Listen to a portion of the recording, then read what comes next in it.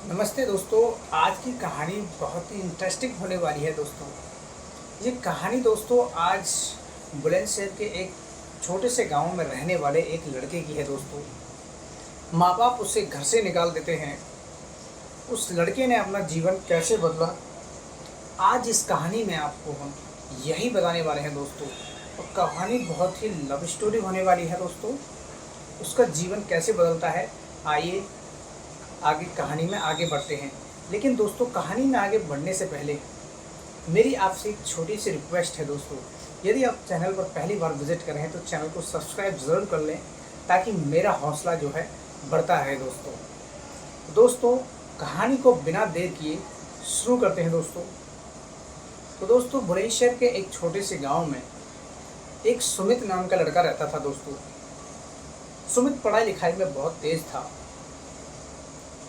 पढ़ाई में बहुत ही अच्छा था दोस्तों। दोस्तों, सुमित के परिवार में केवल 5 लोग थे। उसके माता पिता, उसकी 2 बड़ी बहनें थीं। सुमित सुमित घर में दोस्तों सबसे छोटा था। सुमित की दोनों बहनें शादी के लायक थीं दोस्तों। सुमित इस बात को अच्छी तरह से जानता था, लेकिन दोस्तों पैसे की बहुत उनके घर में तंगी थी। सुमित के जो माता पिता थे वो मजदूरी किया करते थे दोस्तों, और तब जाके उनके घर का गुजारा चलता था दोस्तों। सुमित ने अपने जीवन में दोस्तों बहुत गरीबी देखी थी।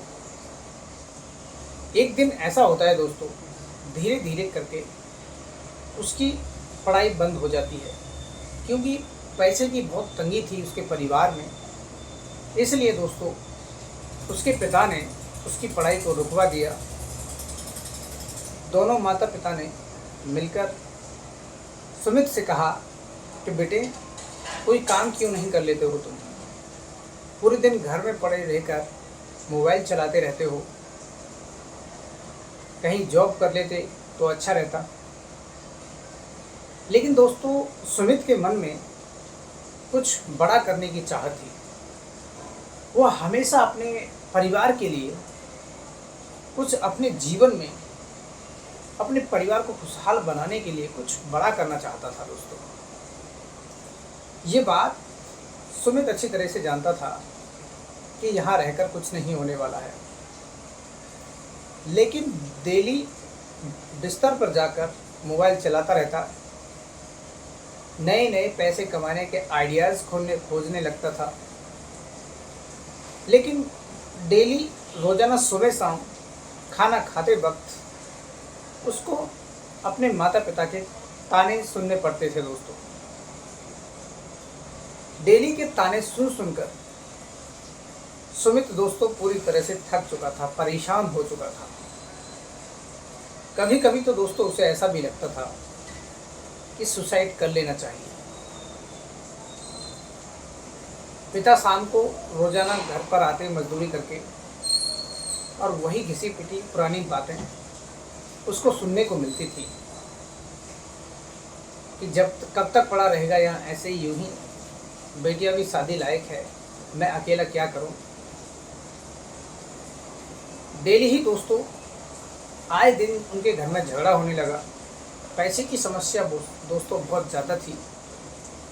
एक दिन दोस्तों अचानक ऐसा हुआ कि सुमित खाना खाने बैठा ही था, तभी उसके माता पिता ने जोरदार आवाज़ में उसे डांटते हुए कहा कि जा, निकल जा मेरे घर से, तू किसी काम का नहीं है। तो दोस्तों पिता की बातों को सुनकर सुमित की आंखों में आंसू आ गए। उसे लग रहा था कि जैसे इस संसार में उसका कोई अपना नहीं है। हालांकि दोस्तों उसके मन में विचार चलते रहते थे कि अपने परिवार को मैं खुशहाल जिंदगी कैसे दे सकता हूँ।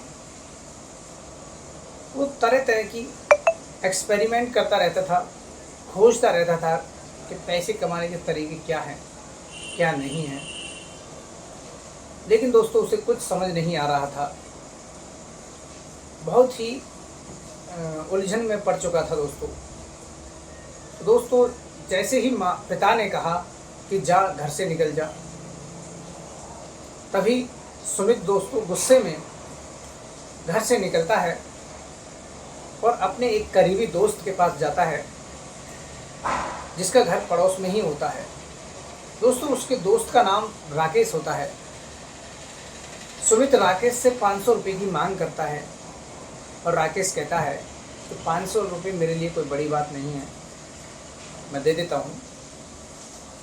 सुमित कहता है दोस्त मैं तुमसे ये 500 रुपये उधार मांग रहा हूँ क्योंकि मेरे पिताजी ने मुझे घर से निकाल दिया है और मुझे बाहर कमाने के लिए जाना है। मैं तुम्हारे पैसे जल्दी ही वापस कर दूंगा। तो दोस्तों राकेश सुमित की बात सुनकर उसे 500 रुपये दे देता है। सुमित 500 रुपये लेकर दोस्तों घर आता है। घर आने के बाद अपना बैग लेकर घर से निकल जाता है। उसकी दोनों बहनें दोस्तों उसे देखकर रोने लगती हैं कि भाई घर छोड़कर जा रहा है और पिताजी उसे रोक भी नहीं रहे हैं। पिताजी गुस्से में कहते हैं इसे जाने दो। दोस्तों सुमित की माँ ने भी बहुत प्रयास किया सुमित को रोकने के लिए, लेकिन सुमित के पिता के सामने उसकी माँ की बिल्कुल भी नहीं चलती थी, क्योंकि दोस्तों घर में कमाने वाले केवल उसके पिता थे। अब तक का जो दौर था उनके पिता ने ही काम कर कर पालन पोषण अपने बच्चों का किया था। लेकिन दोस्तों एक समय ऐसा आता है कि जब पिता थोड़ा कमज़ोर होने लगते हैं और वो समझने लगते हैं कि लड़कियों की शादी भी करनी है, इसकी भी शादी करनी है, तो बहुत सारी चिंताएं इंसान के अंदर जन्म लेती हैं और उसी हिसाब से फिर इंसान को काम भी करना पड़ता है दोस्तों। तो दोस्तों अगली सुबह सुमित अपना बैग लेकर निकलता है और उसका जो दोस्त होता है राकेश उसे बस स्टैंड तक छोड़ने के लिए आता है। दोस्तों यहाँ पर सुमित राकेश से अंतिम विदा लेता है और कहता है कि मैं अब चलता हूँ, भाई मौका मिला तो फिर मिलते हैं। तो दोस्तों सुमित बस में बैठकर दिल्ली आ जाता है और दिल्ली में बस स्टैंड पर उतरते ही दोस्तों उससे बहुत ज़ोरों की भूख लगी होती है, क्योंकि दोस्तों सुमित घर से कुछ खाकर नहीं निकला था, उसे बहुत भूख लगी थी। आधे रुपए तो टिकट में ही खर्च हो गए थे, किराए में ही दोस्तों, और बाकी पैसे थोड़े बहुत बचे थे। एक टाइम का उसने खाना खाया और उसकी जेब अब पूरी तरह से बिल्कुल दोस्तों खाली हो चुकी थी। जेब खाली होने के बाद दोस्तों सुमित चाहता था कि कहीं उसे कोई काम मिल जाए, क्योंकि दोस्तों काम की ही तलाश में तो वो शहर आया था। उसके मन में हमेशा यही विचार चल रहा था कि अपने परिवार को खुशहाल जीवन कैसे दे पाऊँ। दोस्तों वहाँ से निकलने के बाद थोड़ा आगे बढ़ता है, वहाँ पर एक रेस्टोरेंट दिखाई देता है। उस रेस्टोरेंट में दोस्तों काम मांगता है, काम मांगने जाता है तो बड़े प्यार से मालिक से बात करता है कि साहब जी मुझे काम चाहिए, क्या आपके इस होटल में मेरे को काम मिल सकता है। तो होटल वाला दोस्तों साफ मना कर देता है। तो दोस्तों वहाँ से थोड़ी सी दूर एक लेबर चौक होता है। लेबर चौक पहुँचने के बाद वहाँ पर बहुत सारे मजदूर लोग बैठे होते हैं। जब सुमित अपने पिता के बारे में सोचता है कि मेरे पिता भी लेबर का काम करते हैं, वो ठीक इसी तरह काम करते होंगे। पिता की मेहनत को सुमित ने नज़दीक से देखा था दोस्तों, और उसे वो महसूस कर पा रहा था कि जैसे ये लोग मजदूरी के लिए बैठे हैं वैसे ही मेरे पिता भी बैठते हैं। वो अपने पिता का दर्द अच्छी तरीके से जानता था। लेकिन दोस्तों कहते हैं ना कि जीवन बदलने के लिए बहुत कुछ सुनना और सहना पड़ता है। उसने बहुत प्रयास किया दोस्तों। एक दिन उसे काम मिल जाता है। तो दोस्तों ईंटें उठाने का काम करने के लिए सुमित जाता है। एक दिन काम करने के बाद में उससे जो कॉन्ट्रैक्टर होता है उससे जान पहचान हो जाती है और उससे कहने लगता है कि सर जी मुझे रोज़ काम चाहिए। तो दोस्तों, सुमित की ज़िंदगी की शुरुआत यहाँ से होती है। उसने लगभग दोस्तों 22 से 23 दिन काम किया था। 22 से 23 दिन काम करने के बाद वो ऐसे ही रास्ते से होकर एक टेलीकॉम कंपनी होती है, टेलीकॉम कंपनी के पास में जाकर वहाँ वहाँ जाने के बाद वो देखता है कि यहाँ पर चाय बिकती है। चाय पीने वो पहली बार वहाँ पर गया था, वो चाय पीता है और देखता है कि शाम को लोगों की भीड़ अक्सर वहाँ से गुजरती है। उस भीड़ को देखकर दोस्तों उसके मन में एक ख्याल आता है कि क्यों ना चाय का एक छोटा सा कैफ़े ही खोला जाए, लेकिन उसके लिए भी पैसे चाहिए होते हैं दोस्तों। उसने कुछ दिन और काम किया, धीरे धीरे करके दोस्तों चाय बनाने के पूरा जो सामान होता है उसने खरीद लिया और सेक्टर 16 आ जाता है दोस्तों। सेक्टर 16 आने के बाद में, नोएडा सेक्टर 16 आने के बाद में दोस्तों एक बड़ी टेलीकॉम कंपनी एकर के नाम से है। सो वहाँ पर आकर वो अपने कैफ़ा वहीं जमा देता है परमिशन लेके, और उसके बाद अपना काम धीरे से स्टार्ट करता है दोस्तों। दिन की शुरुआत होने वाली थी दोस्तों, सुमित का पहला दिन था। तभी उसके जीवन में एक चमकती हुई खूबसूरत लड़की जिसका नाम सुमन होता है दोस्तों। सुमन की एंट्री होते ही सुमित का जीवन कैसे बदलता है, आप इस कहानी को एंड तक सुनते रहिए दोस्तों। तो दोस्तों, सुमन जो होती है सुमित के पास आती है और कहती है एक्सक्यूज़ मी, मुझे एक चाय चाहिए। तो दोस्तों सुमित बिना देर किए एक चाय बनाकर दे देता है और सुमन बड़ी ही खुश होकर उस चाय को पीती है। दोस्तों, सुमित की चाय में ऐसा स्वाद था, जो एक बार पीता था वो उसकी चाय को कभी भूल नहीं पाता था। सुमित की चाय सुमन को इतनी अच्छी लगी कि उसने अपने सारे वर्करों को कंपनी में जाके बता दिया कि यदि तुम्हें चाय पीना है तो बाजू में एक सुमित नाम का लड़का है, उसके कैफ़े पर ही चाय पीना है तुम्हें। वो चाय बहुत ही टेस्टी बनाता है, बहुत ही डिलीशियस टी है उसकी। तो दोस्तों ये जो सुमन जो थी, ये कंपनी की, टेलीकॉम कंपनी की ओनर थी। ये बात सुमित नहीं जानता था। दोस्तों धीरे धीरे दिन गुजरते चले गए। सुमित की कमाई भी अच्छी खासी शुरू होने लगी थी। दिन का कम से कम 3-4 हज़ार रुपये लगभग कमा लेता था। धीरे धीरे दोस्तों उसकी इनकम बढ़ने लगी, इंक्रीज़ होने लगी। लेकिन सबसे बड़ी बात ये थी कि सुमित ये सोच रहा था कि यार आखिर ये लड़की है कौन। और जब से ये मेरी दुकान पर चाय पीने के लिए आई है, तब से मेरी दुकान पर से मेरी जो इनकम है डेली बढ़ती ही जा रही है, घटने का नाम नहीं ले रही है। क्योंकि दोस्तों आसपास की जो कंपनी थी, सुमन सीईओ ने, जो कंपनी की ओनर थी, उन्होंने आसपास के सभी कंपनी वालों को, जो उनके जानने वाले थे, उनको सबको सुमित के पास चाय पीने के लिए कहा था। दोस्तों जो सुमन जो थी वो सुमित को बहुत ज़्यादा पसंद करती थी। भले ही सुमित छोटा काम करता था, भले ही सुमन कंपनी की ऑनर थी, लेकिन वो अंदर से सुमित को बहुत पसंद करती थी दोस्तों। धीरे धीरे दोस्तों समय गुजरता चला गया।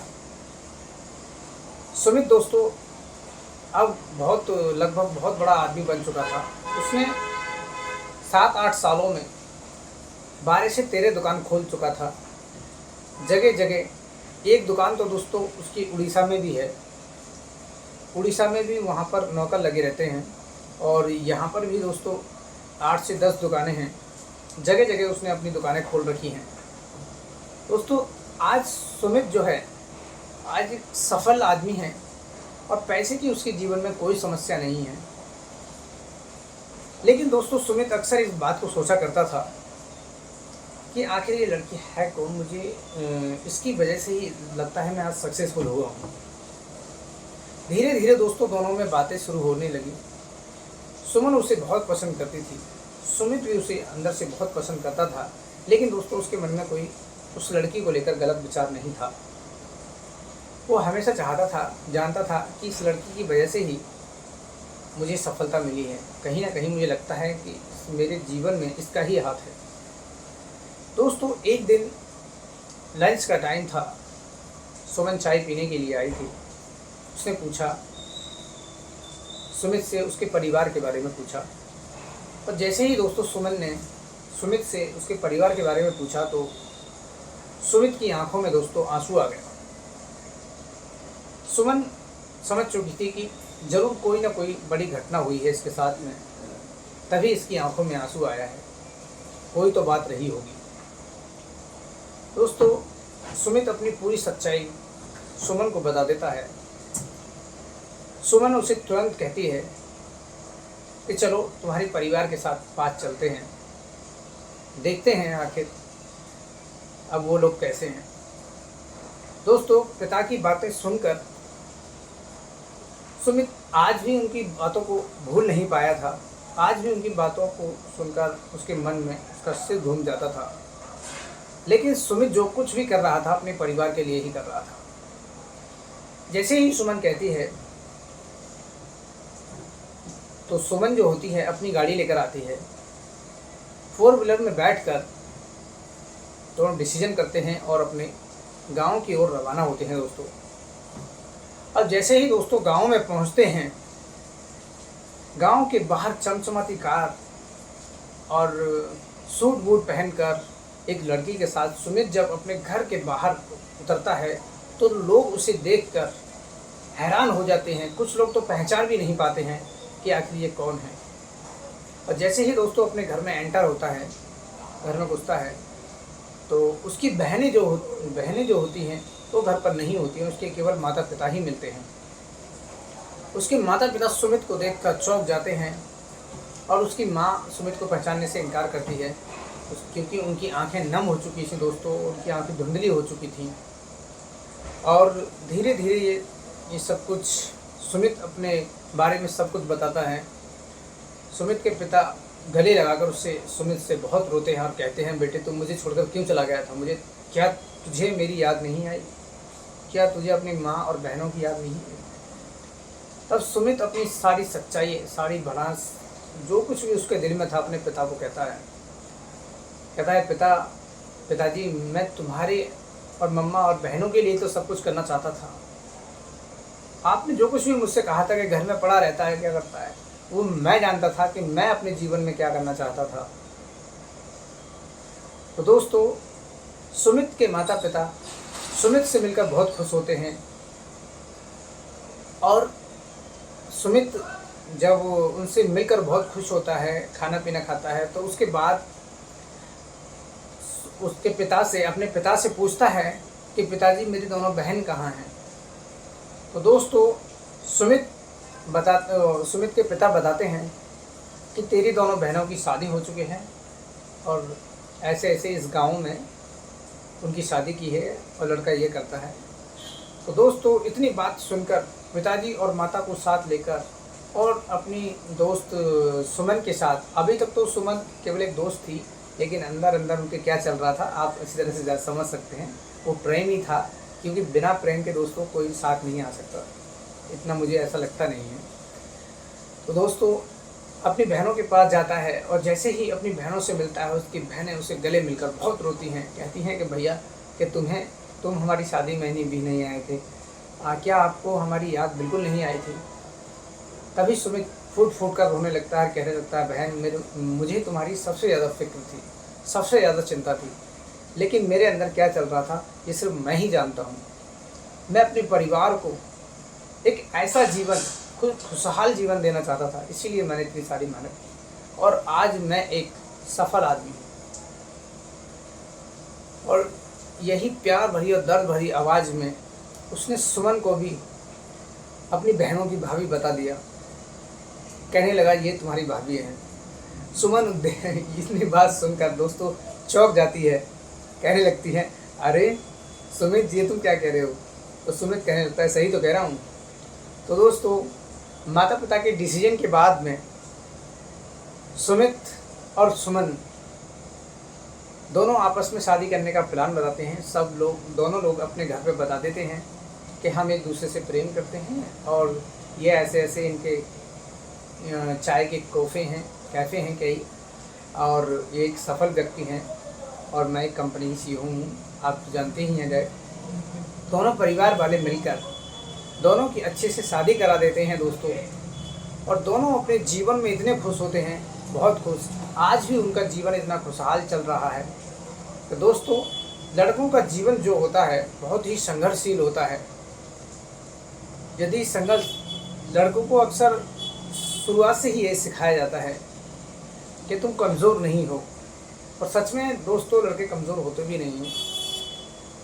कभी दर्द इतना बढ़ जाता है कि लड़के दर्द से जो होते, संघर्ष से डरते नहीं हैं, सिर्फ खामोश हो जाते हैं।